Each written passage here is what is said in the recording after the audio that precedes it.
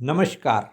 लोक दर्पण चैनल पर प्रस्तुत है धारावाहिक लक्ष्मणी नार की 18वीं कड़ी। आइए सुनते हैं आगे की कहानी। उधर मंजू अपने पुराने प्रेमी बंटी को ढूंढते ढूंढते बदले की भावना के साथ नागिन की तरह एक दिन उसके गांव पहुंच गई। बंटी का गांव मंजू के गांव से अधिक दूर न था। वहां मंजू की एक सहेली की शादी हुई थी। मंजू उसी से मिलने का बहाना करके बंटी के गांव पहुंची थी। बंटी के गांव जाकर उसे मालूम हुआ कि वह भी लड़की देखने के लिए आजकल गांव आया हुआ है। यह बात सुनकर मंजू के मन में बंटी से बदला लेने का भाव और भी प्रबल हो गया। वह मन ही मन सोचने लगी कि इसकी वजह से मेरा घर बर्बाद हो गया था, अब वह इसका घर भी न बचने देगी। उसने अपनी सहेली से बंटी के लिए संदेश भिजवाया कि मंजू उससे मिलना चाहती है। संदेश पाकर बंटी ने मंजू से मिलने के लिए इनकार कर दिया। लेकिन जब किसी का समय खराब हो तो काल उसकी मति हर लेता है। बंटी के साथ भी यही हुआ। शाम को मंजू अपने घर की ओर लौटने लगी तो तभी बंटी गांव के धारे पर पानी लेने चला गया।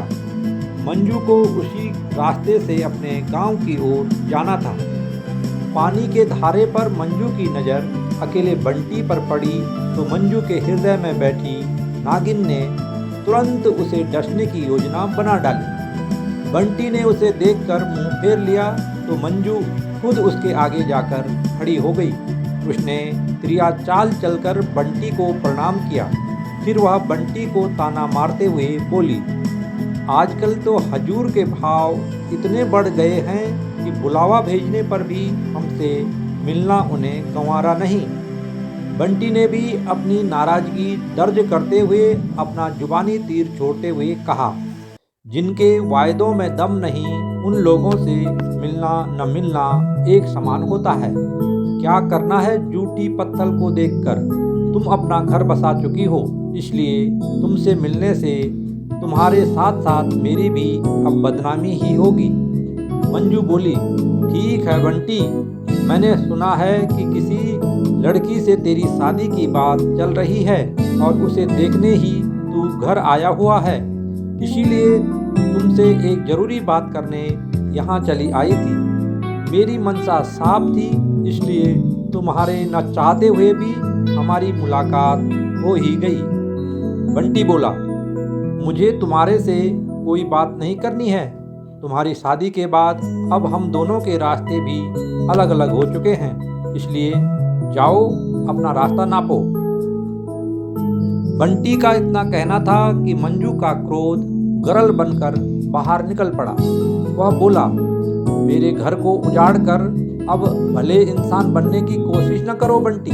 सच सच बताओ कि तुमने और रवि ने मेरे पति को मेरे बारे में क्या क्या बताया था। बंटी बोला, मैं तुम्हारे पति को जानता भी नहीं, मेरी उनसे कभी मुलाकात भी नहीं हुई, मैं भला ऐसा क्यों करूँगा। जाओ रवि से पूछो, शायद वह तुम्हारे पति को जानता हो। तुम्हें कोई वहम हो गया है, तुम अपनी ससुराल जाओ, सांझ होने वाली है।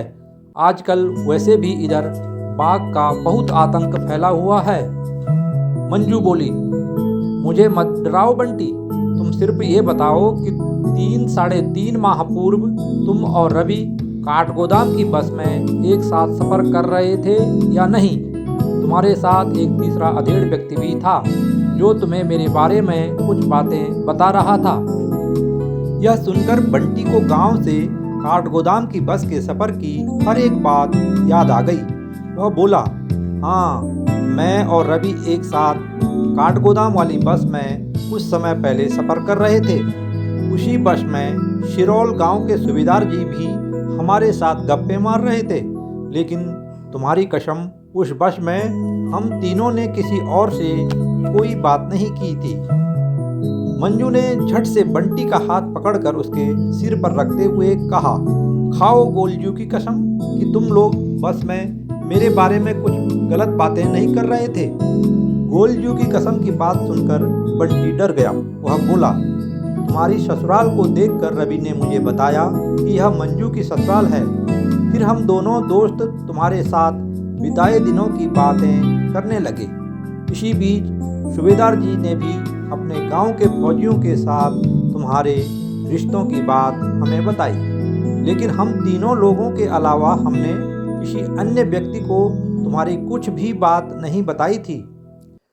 मंजू बोली, मेरे पति भी उसी दिन उस बस में सवार होकर काठगोदाम जा रहे थे। उन्होंने तुम्हारी सारी बातें सुनी और उसके बाद वे आज भी मेरे साथ साथ मेरे सास ससुर से भी बहुत नाराज चल रहे हैं। तुम तीनों की वजह से मेरा बसा बसाया घर उजड़ने की कगार पर है। कुबेर यदि पत्र में लिखे अनुसार सन्यासी बन गया तो मेरी जिंदगी तो खराब होगी ही, उसके बूढ़े माता पिता का श्राप भी तुम तीनों को अवश्य लगेगा। मंजू की बात सुनकर बंटी हैरान था। वह सोचने लगा, भले ही यह एक इत्तेफाक था, लेकिन हमारी एक छोटी सी गलती से वास्तव में मंजू का तो बहुत बड़ा नुकसान हो गया। यह सोचकर बंटी को भी बड़ा दुख हुआ, लेकिन अब इसकी भरपाई भी तो नहीं हो सकती थी। आखिर बंटी ने मंजू से हाथ जोड़कर इस बात के लिए माफ़ी मांगी और इसके बाद वह पानी की गगरी कंधे में रखकर अपने घर की ओर जाने लगा।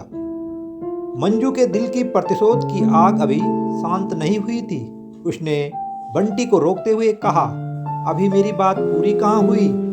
मैंने सुना है कि तुम्हारी सगाई गौला पार की चंपा से हो रही है। मैं कल उसे मिलने जाऊंगी और तुम्हारी और अपनी कहानी भी उसे बताऊंगी।